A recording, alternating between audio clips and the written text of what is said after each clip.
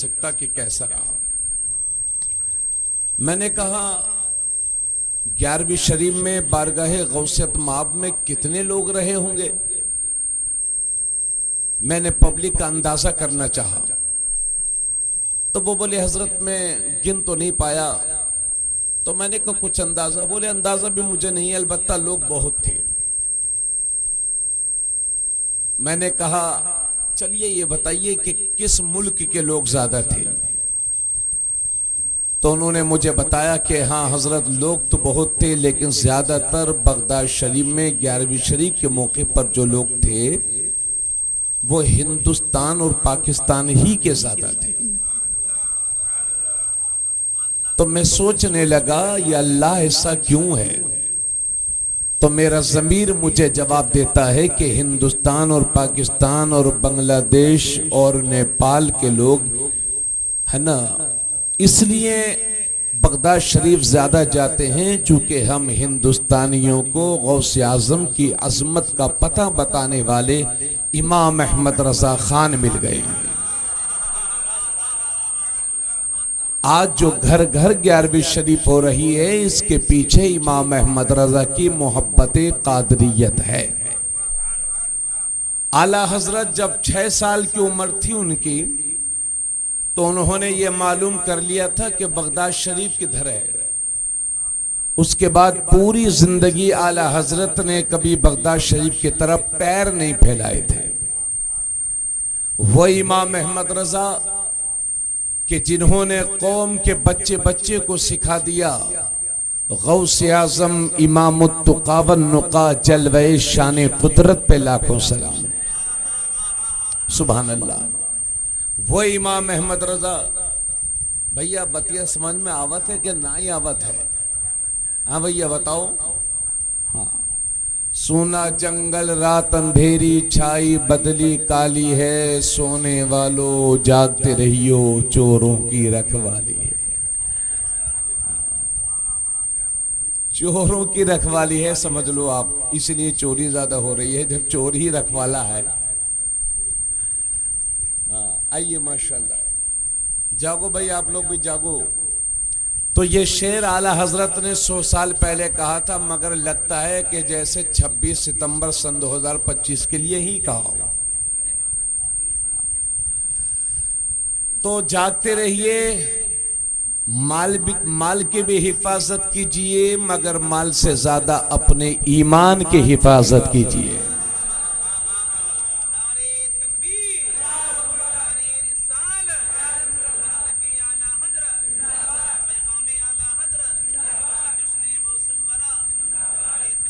ईमान से बड़ी कीमती कोई चीज नहीं हो सकती। हाँ, इसलिए अपने ईमान की हिफाजत कीजिए। तो वो इमाम अहमद रजा हैं जिसने कौम के बच्चे बच्चे को सिखा दिया कि कादरी कर, कादरी रख, कादरियों में उठा, कदर अब्दुल कादरी कुदरत नुमा के वास्ते। एक बात आपके सामने और अर्ज कर दूं, ये पढ़े लिखे लोग हैं हमारे सामने।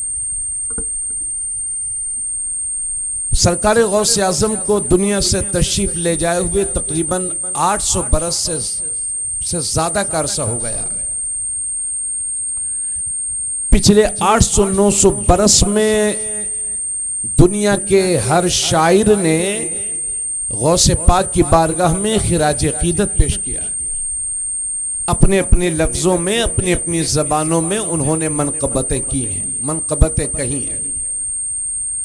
मगर मेरा ख्याल यह है कि उर्दू अदब के उन तमाम, और जब से उर्दू वजूद में आई है उस वक्त से लेकर आज तक दुनिया के बहुत सारे शोरा हैं कि जिन्होंने उर्दू जबान में बारगाहे गौसियत माब में खिराज अकीदत पेश किया है। मगर मेरा ख्याल यह है, और यकीनन मेरा ख्याल बिल्कुल सही है, कि उर्दू अदब के उन तमाम शोरा के दीवान को एक तरफ रख दिया जाए, उर्दू अदब के उन तमाम शोरा के हजारों अशार को एक तरफ रख दिया जाए, और आला हजरत की चंद मनकबतों को एक तरफ रख दिया जाए, तो वो चंद मनकबतें उर्दू अदब के तमाम शोरा के अशार पर भारी होंगी। इमाम अहमद रजा ने जब कलम उठाया तो गुलामी गौस आजम का हक अदा कर दिया। जज़ाकुमुल्लाह। इमाम अहमद रजा ने जब कलम उठाया तो गुलामी गौस आजम का हक अदा कर दिया। और मेरा इमाम बोला, वाह क्या मर्तबा ए गौस है बाला तेरा, ऊंचे ऊंचों के सरों से है कदम आला तेरा, सर भला क्या कोई जाने के है कैसा तेरा, औलिया मलते हैं आंखें वो है तलवा तेरा, क्या दबे जिस पे हिमायत का हो पंजा तेरा, शेर को खतरे में लाता नहीं कुत्ता तेरा, तू हुसैनी हसनी क्यों न मुहयुद्दीन हो, एक खिज़र मजमए बहरैन है चश्मा तेरा, कसम दे दे के खिलाता है पिलाता है तुझे, प्यारा अल्लाह तेरा चाहने वाला तेरा, इब्न ज़हरा को मुबारक हो अरूसे कुदरत, कादरी पाए तसद्दुक मेरे दुल्हा तेरा, क्यों न कासिम हो के तू इब्न अबिल कासिम है, क्यों न कादिर हो के मुख्तार है बाबा तेरा। और आला हजरत पंजतन पाक की विरासत की तरफ इशारा करते हैं और कहते हैं कि नबवी मी अलवी फसल बतूली गुलशन, यानी ए मेरे गौस आप नबी के करम की सखावत की बारिश हैं, और उस बारिश में जो मौसम होता है वो अलवी होता है, अली वाला होता है, और उस मौसम में जो बाग फलता है वो फातिमी होता है, फातिमा वाला होता है, और उस बाग में जो फूल खिलता है वो हसनी होता है, और उस फूल से जो खुशबू होती है वो हुसैनी होती है। नबवी मी अलवी फसल बतूली गुलशन, हसनी फूल हुसैनी है महकना तेरा, नबवी जिल अलवी बुर्ज बतूली मंजिल, हसनी चांद हुसैनी है उजाला तेरा, नबवी खुर अलवी कोह बतूली मादिन, हसनी लाल हुसैनी है तजल्ला तेरा, तुझसे दर दर से सग और सग से है मुझको निस्बत, मेरी गर्दन में भी है दूर का डोरा तेरा, इस निशानी के जो सग हैं नहीं मारे जाते, हश्र तक मेरे गले में रहे पट्टा तेरा, मेरी किस्मत की कसम खाएं सगाने बगदाद हिंद में भी हूँ तो देता रहूं पहरा तेरा, बद सही चोर सही मुजरिमो नाकारा सही, ए वो कैसा ही सही है तो करीमा तेरा, फख्रे आका में रजा। और भी एक नज़्मे रफ़ी चल लिखा लाएं सना ख्वानों में चेहरा तेरा, और मेरे आला हजरत गौसे पाक के दुश्मनों को ललकारते हुए फरमाते हैं, अल अमा कह रहे ए गौस वो तीखा तेरा, मर के भी चैन से सोता नहीं मारा तेरा, बादलों से कहीं रुकती है कड़कती बिजली, ढाले छट जाती हैं उठता है जो तेगा तेरा, अक्ल होती तो खुदा से न लड़ाई लेते, ये घटाएं उसे मंजूर बढ़ाना तेरा, वरफाना का जिक्र रखा है साया तुझ पर बोलबाला है तेरा, जिक्र है ऊंचा तेरा, मिट गए मिटते हैं मिट जाएंगे आदा तेरे, ना मिटा है ना मिटेगा कभी चल। नारे तकबीर, नारे रिसालत, मसलके आला हजरत हजरत अल्लामा मुफ्ती तबरेज़ आलम साहब क़िबला, नारे तकबीर। कहिए सुभान अल्लाह। भाई बातें ये जो अशार थे आपने समझे नहीं होंगे मगर सुन तो लिए। आला हजरत ने गौसे पाक की बारगाह में यह अशार कहे हैं, और जो आला हजरत ने कहे उसका 10% भी मैंने नहीं पढ़ा है। हाँ, अब आप अंदाजा लगाइए कितने बड़े आशिक गौसे आजम है वो, सुभान अल्लाह। चलिए मेरी तरफ मुखातब रहिए और तवज्जो के साथ समाप्त कीजिए। हजरत आका करीम सल्लल्लाहु अलैहि वसल्लम के विसाल के बाद, बड़े भैया तने चुप जाया करो यार, जब महफिल होया करे तो थोड़ा कम बोला करो, है ना। हाँ। तो आका करीम सल्लल्लाहु अलैहि वसल्लम के विसाल के तकरीबन 400 साल के बाद, जब दीन कमजोर हो चुका था और लोग मस्जिदों से दूर होते चले जा रहे थे, बुराइयां बढ़ती चली जा रही थी, गुनाहों का बोलबाला था, जिहालत सर चढ़ के बोल रही थी। ऐसे दौर में अल्लाह ने पहली रमजानुल मुबारक 470 हिजरी में मुल्क ईरान के सूबा जीलान के कस्बा नेफ में सरकार गौसे आजम रज़ी अल्लाह तआला अन्हु को दुनिया में भेजा। उनका नाम है सैयद अब्दुल कादिर। क्या नाम है? हाँ। और उनका लक़ब है मुहियुद्दीन, गौसुल आजम, गौसुल जिन्ने वल इंस। बहुत सारे अलक़ाब हैं गौसे पाक के। तो 470 हिजरी पहली रमजानुल मुबारक को सरकार गौसे आजम रज़ियल्लाहु ताला अन्हु मुल्क ईरान के सूबा जीलान के कस्बा नेफ में पैदा हुए।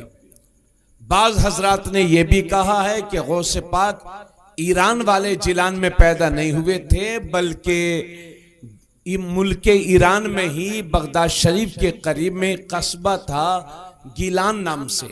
असल में अरबी में गाफ नहीं आता, तो है ना, ये जो गिलान लफ्ज है गिलान, उसी गाफ को जीम से बदल के जीलान कहते हैं। तो बाज हजरात ये कहते हैं कि ये जीलान ईरान वाला है, और बाज हजरात ने यह भी कहा है कि बगदाद शरीफ के करीब में कस्बा था जीलान, उसमें सरकार गौसे आजम रज़ियल्लाहु ताला अन्हु पैदा हुए।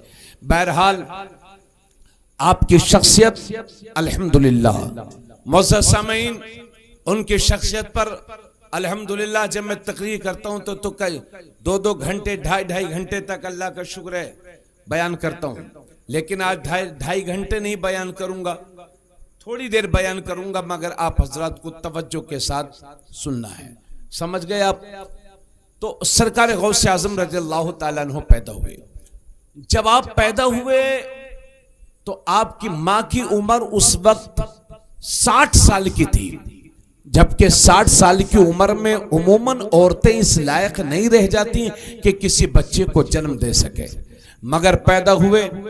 सुभान अल्लाह, जो बच्चा 60 साल की उनकी माँ की उम्र थी, और जब जो बच्चा पैदा हुआ, दुनिया उसे सरकार गौसे आजम के नाम से जाना पहचाना करती है। मुअज़्ज़ज़ सामीन, आपने सैयद साहब से बहुत सारी बातें सुनी, और मुझसे भी आप हजरात इंशाअल्लाह सुनेंगे। तो मैं वो चंद बातें जो आम तौर पर आपको मालूम है और सरकार गौसे पाक की करामात के हवाले से नहीं अर्ज करूंगा, चूंकि एक बात आप जान लीजिए, जिस तरह से मेरे नबी के मौजज़ात बेशुमार हैं, इसी तरह से गौसे आजम की करामात भी बेशुमार हैं, है ना। हाँ, और अल्लाह का शुक्र है कि आज गौसे पाक के चाहने वाले पूरी दुनिया में मौजूद हैं। अल्लाहु अकबर। हजरत गिरामी 18 साल की उम्र में वो घर से तशरीफ ले गए, 18 साल की उम्र में, और उनकी माँ ने उनसे चलते वक्त कहा था कि बेटा कभी झूठ मत बोलना। ये बात तो आपने सुनी होगी। तो आप कितने दिन से 11वीं शरीफ खा रहे हैं, और इंशाल्लाह कब तक खाएंगे? कभी आपने उनकी महफिल में आकर यह भी अहद किया कि इंशाल्लाह हम भी झूठ नहीं बोलेंगे? बोलो भाई। हाँ माशाल्लाह, चचा आप झूठ नहीं बोलते हैं, अल्लाह का फजल है, इसलिए अल्लाह आपको सलामत रखे। आप भी मत झूठ बोला करो, है ना। हाँ, ये जितने झूठे लोग होते हैं, अब असल में ये दौर ऐसा आ गया है कि झूठ को भी सजा सजा के लोग पेश कर रहे हैं, और बड़े बड़े जितना बड़ा ओहदा उतना बड़ा फेंकू, जितना बड़ा ओहदा उतना बड़ा फेंकू। तो आजकल लोग झूठ भी सजा धजा करके पेश कर रहे हैं। मेरे अजीज साथियों, गौसे आजम रज़ियल्लाहु ताला अन्हु की वालिदा ने आपको नसीहत फरमाई थी कि बेटे कभी झूठ मत बोलना। ये कौन है?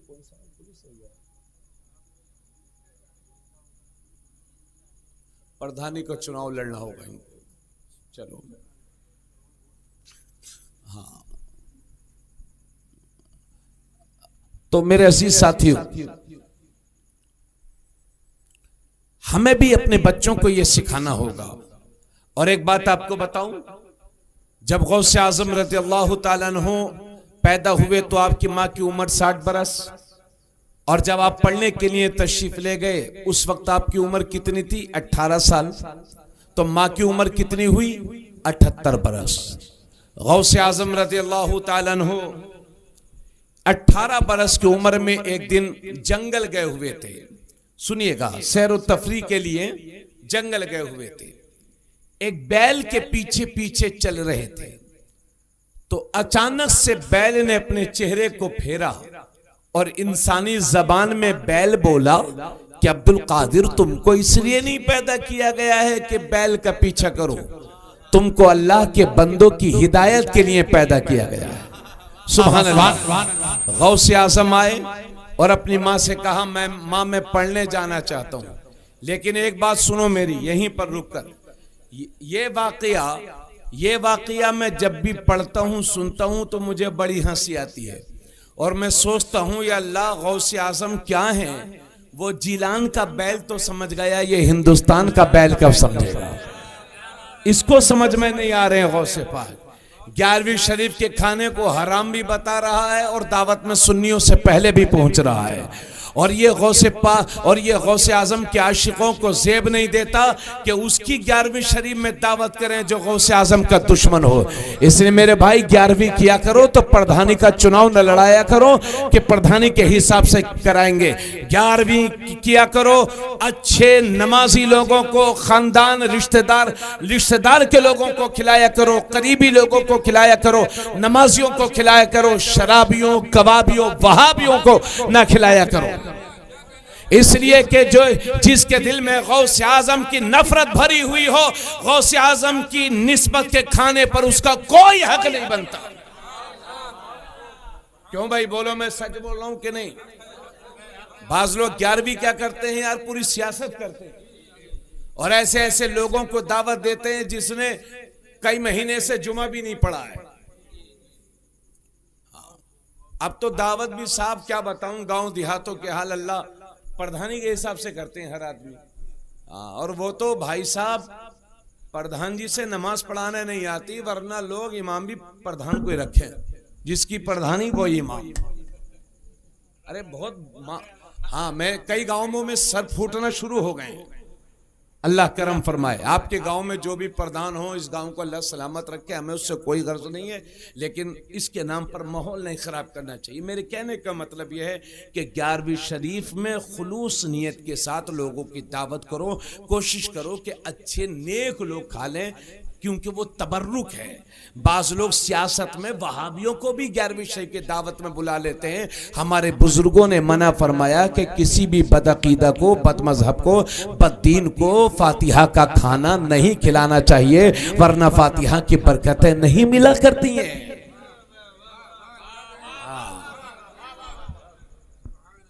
मुअज़्ज़ज़ सामीन, तो गौसे आज़म रज़ियल्लाहु ताला अन्हु तशरीफ ले गए 18 साल की उम्र में बगदाद।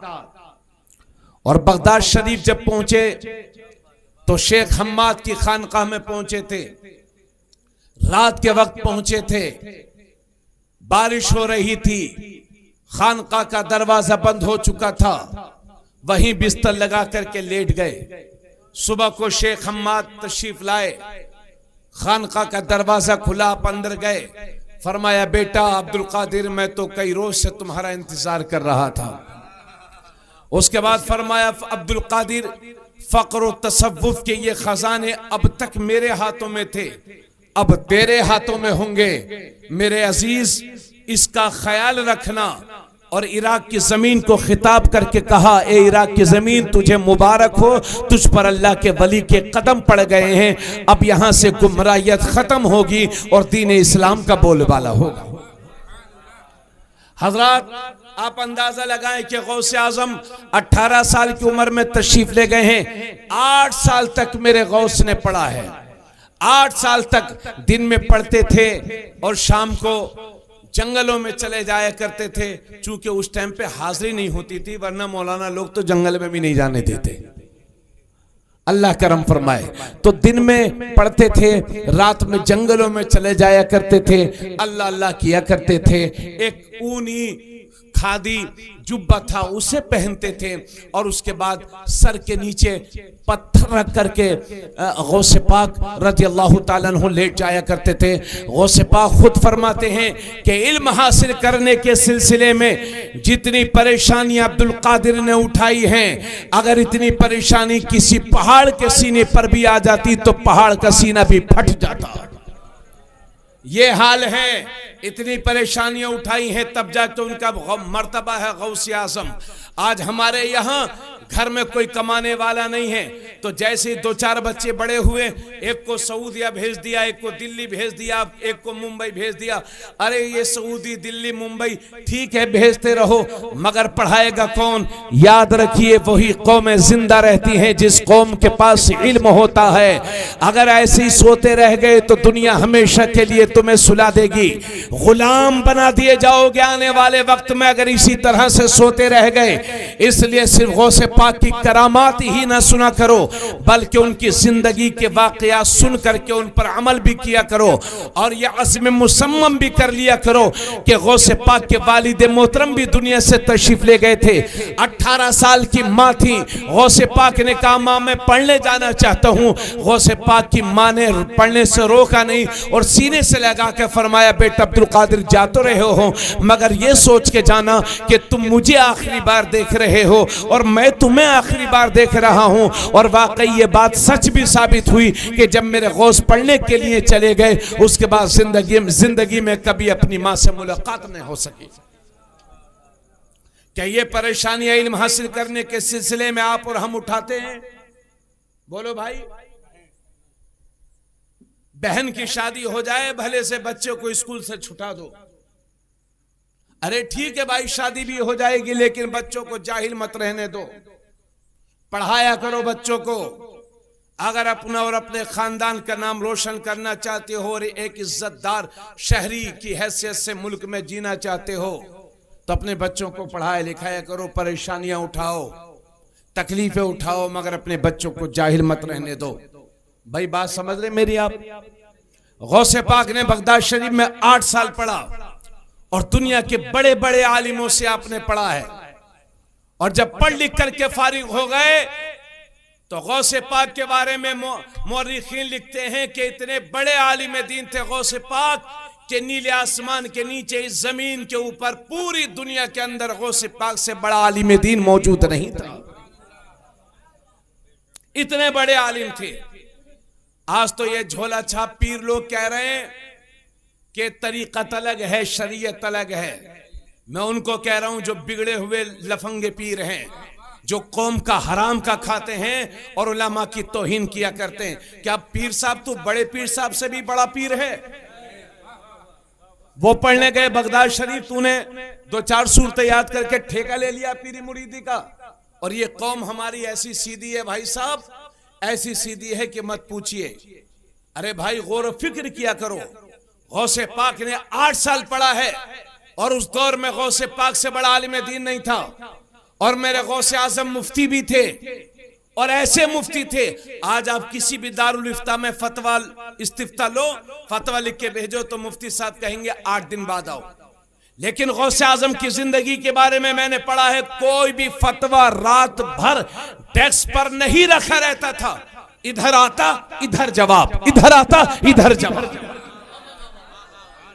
और आज अगर देखिए अपने यहां हनफी मुफ्ती हैं, हम लोग इमाम आजम अबू हनीफा के मानने वाले हैं ना। मसलक के इमाम आजम अबू हनीफा हजरत नुमान बिन साबित, उनके मुक्तदी हनफी कहलाते हैं। इसी तरीके से आप केरला में चले जाएं, वहां शाफिई मुफ्ती हैं। तो अगर आप हमारे यहाँ के मुफ्ती से फतवा लोगे तो वो फिक़े हनफी की रोशनी में फतवा देंगे। लेकिन मेरे गौस इतने बड़े मुफ्ती थे कि फिक़े इमाम अहमद बिन हम्बल और फिक़े शाफिई की 2-2 मसलकों की रोशनी में फतवों का जवाब दिया करते थे। मैं तो कभी गौसे पाक का नाम लेता हूं तो उसमें मुफ्ती भी कहता हूं। हाँ तो लोग गौसे पाक मुफ्ती भी थे, और क्या मुफ्ती भी थे। गौसे पाक जाहिल थोड़ी थे। वली रा वली में शनासत, वली वली को पहचानता है। पूछो इल्म वालों से कि गौसे आजम की अजमत क्या थी। इतने इल्म वाले थे गौसे पाक। इंशाल्लाह उनके हवाले से एक बात कहूंगा, एक बात और सुनने हजरत गिरामी 26 साल की उम्र में वो पढ़ लिख करके फारिग हो गए, लेकिन उसके बाद भी वो तकरीर नहीं करते थे। जैसे हमारे हाल ये है कि जब हम नाजरा पढ़ते थे तो तकरीर शुरू कर दी थी। अब बस इसी इंतजार में रहते हैं कि हमें कोई बुला ले, वो हमारी तकरीर करवा दे। शौक है, हाँ, तमाम लोगों के ये हाल है। लेकिन गौसे पाक ने पढ़ने लिखने के 25 फारिग होने के बाद 25 साल तक कोई तकरीर नहीं की, जंगलों में टहलते रहे। गौसे पाक खुद फरमाते हैं कि लोग ना मुझे पहचानते थे ना मैं लोगों को पहचानता था। और ये 8 साल जो गुजरे, एक बात मैं बयान करना भूल गया, गौसे पाक फरमाते हैं ये जो गौसे पाक की 8 साल की पढ़ाई का जमाना गुजरा है, हमारे उलमा ने लिखा है कि कभी कभी 40-40 दिन तक मेरे गौस कुछ न खाते थे, कुछ न पीते थे, दरख्त के पत्ते खा खा करके वक्त पूरा किया करते थे जी। तब जाके उनको यह मर्तबा मिला है। और आज भी तालिब जो मदरसे में पढ़ रहे हैं तलबा, आप जाकर के देखें, आपके बच्चे भाई साहब 5 दिन मदरसे में नहीं टिक पाएंगे। वही दाल भात मिला करता है जो आपने शायद जिंदगी में कभी खाया भी ना हो जी। लेकिन हमारे बच्चे मदरसे के फिर भी पढ़ते हैं। इसी वजह से हमारे मदरसों में बहुत सारे वो बच्चे नहीं पढ़ पाते जो पहले ही से बचपन ही से घरों में अच्छा अच्छा खाए रहते। मियाँ इल्म हासिल करने के लिए परेशानियां उठाना पड़ती हैं।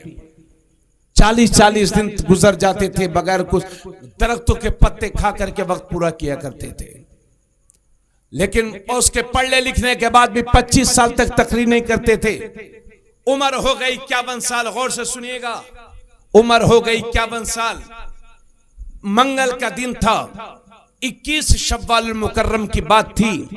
मेरे गौसे आजम जोहर की नमाज पढ़ा रहे थे। जोहर की नमाज पढ़ाने के बाद आप बैठ गए, नहीं, जोहर की नमाज से पहले आराम फरमा रहे थे। गौसे पाक किस्मत बेदार हुई, ख्वाब में मेरे नबी तशरीफ लाए। फरमाया, बेटा अब्दुल कादिर तुम तकरीर क्यों नहीं करते हो?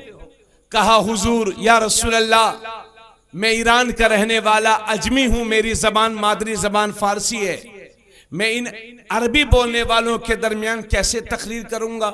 या रसूल अल्लाह, मैं अजमी हूं, या अरबी लोग मेरी तकरीर कैसे सुनेंगे? अल्लाह के नबी फरमाते हैं, अब्दुल कादिर मायूस ना हो, जरा मुंह को खोल। और मेरे गौस ने मुंह को खोला तो मेरे नबी ने अपना लुआब शरीफ दिया। एक बार, जोर से बोलो, 2 बार, 3 बार, वो लुआब कि मेरे नबी अरब के खारी कुएं में एक बार डाल दें तो उस कुएं का पानी हमेशा के लिए मीठा हो जाए। वो लुआब जो मौला अली की दुखती आंखों पर एक बार लगा दें तो जिंदगी में आंखों की कभी तकलीफ ना हो। वो लुआब जिस गौस को 7 बार नवाजा होगा उसकी जबान का आलम क्या होगा? 7 बार मेरे नबी ने गौसे पाक को अपना लुआब दिया। लुआब का मतलब समझ रहे? थूक शरीफ।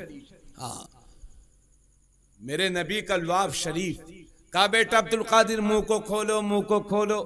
इस तरीके से 7 बार बेदार हुए, जोहर की नमाज पढ़ाई, तकरीर करना ही चाहते थे। बैठ गए लोग, तकरीर करना चाहते थे, फिर इस्तिग़राक़ी कैफियत तारी हो गई, फिर बेहोश हो गए। अब की बार मौला अली ख्वाब में तशरीफ लाए। फरमाया, बेटा हुजूर ने जो हुक्म दिया वो पूरा क्यों नहीं करते? मेरे हजरत अली सर्ज करते हैं, सरकार मैं कैसे इस हुक्म को पूरा करूं? कहा, बेटा मायूस मत हो और अपने मुंह को खोल। और जब मेरे गौस ने मुंह को खोला, अब हजरत अली अपना लुआब दे रहे हैं। 1 बार, 2 बार, 3 बार, 4 बार, 5 बार, 6 बार। बस नबी ने 7 बार, मौला अली ने 6 बार। तो गौसे आजम अर्ज करते, हुजूर नबी ने तो 7 बार दिया था, आपने 6 ही बार क्यों? तो गौसे हजरत अली फरमाते हैं, बेटा वो नबी हैं, मैं उनका उम्मती हूँ, वो आका हैं, मैं उनका खादिम हूँ। मैंने 7 बार इसलिए नहीं दिया ताकि आदत में भी बराबरी का शुबा ना हो जाए। मुझे कह लेने दिया जाए कि जब मौला अली जैसी जात नबी के बराबर नहीं हो सकती तो इंडिया का आधे पजामे का कोई मौलवी भी नबी के बराबर नहीं हो सकता। नारे तकबीर, नारे रिसालत, मसलके आला हजरत शान गौसे आजम नारे। अरे भाई बात समझ रहे हैं आप? कितनी बार नबी ने लुआब दिया? 7 बार। मौला अली ने कितनी बार? उसके बाद जो तकरीरें शुरू हुई मेरे गौस की 521 हिजरी से लेकर के 561 हिजरी तक 40 साल तकरीरें हुई। लेकिन मेरे गौस पाक रोजाना तकरीर नहीं करते थे, हफ्ते में 3 दिन तकरीर होती थी। जुमे के दिन जुमे से पहले और इतवार के दिन सुबह के वक्त में और मंगल के दिन शाम के वक्त में। मंगल या बुध इख्तिलाफ है, लेकिन हफ्ते में सिर्फ 3 दिन तकरीर होती थी। हमारी तकरीर ऐसी है कि अगर हम साउंड से ना बोले तो हमारी हालत खराब हो जाए, लेकिन मेरे गौस की तकरीर ऐसी होती थी कि जब मेरे गौस बगदाद शरीफ में बोलते थे 70 हजार का मजमा होता था मेरे गौस की तकरीरों में। और करामत ये थी उनके बयान की कि जैसे पहली सफ में बैठने वाला मेरे गौस की तकरीर को सुना करता था, ऐसे ही आखिरी लाइन में बैठने वाला मेरे गौस की तकरीर को सुना करता था। और जब तकरीर के बाद लोग उठते थे तो कई लाशें उठती थी मजमे से, जिन पर खौफ इलाही से मौत तारी हो जाया करती थी। ऐसी तकरीर होती थी मेरे गौस की। 400 आलिम दीन कलम लेकर के बैठा करते थे जो मेरे गौस की तकरीरों को लिखा करते थे। और मैंने तो यहां तक पढ़ा है कि जब मेरे गौस तकरीर किया करते थे तो दुनिया के जिस हिस्से में अल्लाह के वली मौजूद होते थे वहीं पर मेरे गौस की तकरीर को सुना करते थे।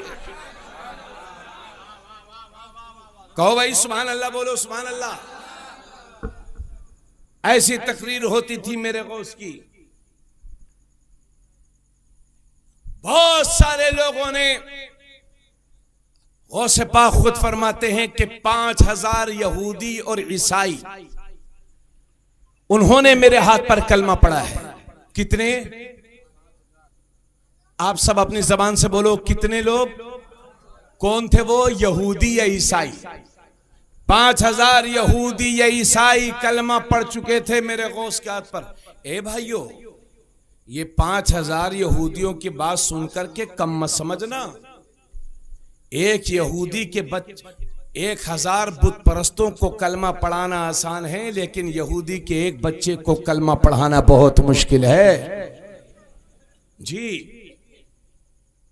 और मेरे गौस ने 5000 से ज्यादा यहूदियों ईसाइयों को कलमा पढ़ाया। सुनो भाई, खत्म कर रहे हैं तकरीरें, हमारे पास भी टाइम कम ही रहता है। अल्लाह सलामत रखे हमारे जुबैर भाई को। ये हमसे ऐसी मोहब्बत करते हैं कि इनकी मोहब्बत जलसे वाली नहीं है। जब जलसा आया तभी हमें याद करते नहीं, साल भर में माशाल्लाह फोन भी करते रहते हैं, दुआएं हमें भी देते रहते हैं, हम भी इनको दुआ देते रहते हैं। मोहब्बत का लड़का माशाल्लाह। अल्लाह सलामत रखे आपकी पूरी फैमिली को, सब भाइयों को सलामत रखे माशाल्लाह। तो थोड़ी देर और सुनो यार, ये बुजुर्गों की बातें हैं, कभी कभी सुनने को मिलती है ना। तो हमारे गौस की ऐसी तकरीर होती थी। एक बात और सुनो, हफ्ते में 3 दिन तकरीर और 528 हिजरी से लेके 561 हिजरी तक 33 साल गौसे पाक ने मदरसे में बैठ कर के पढ़ाया है। कितने साल? 33 साल। सिर्फ जुमे के दिन के अलावा हर दिन मेरे गौस पढ़ाते थे। और आज हम लोग ज्यादा से ज्यादा 1 सब्जेक्ट 2 सब्जेक्ट यानी 3 मौजू की किताब पढ़ाते हैं, 4 मौजू की। लेकिन गौसे पाक आज से 800 बरस पहले 13 मौजूआत की किताबें पढ़ाया करते थे। 13 मौजूआत पर मुश्तमिल दर्स दिया करते थे।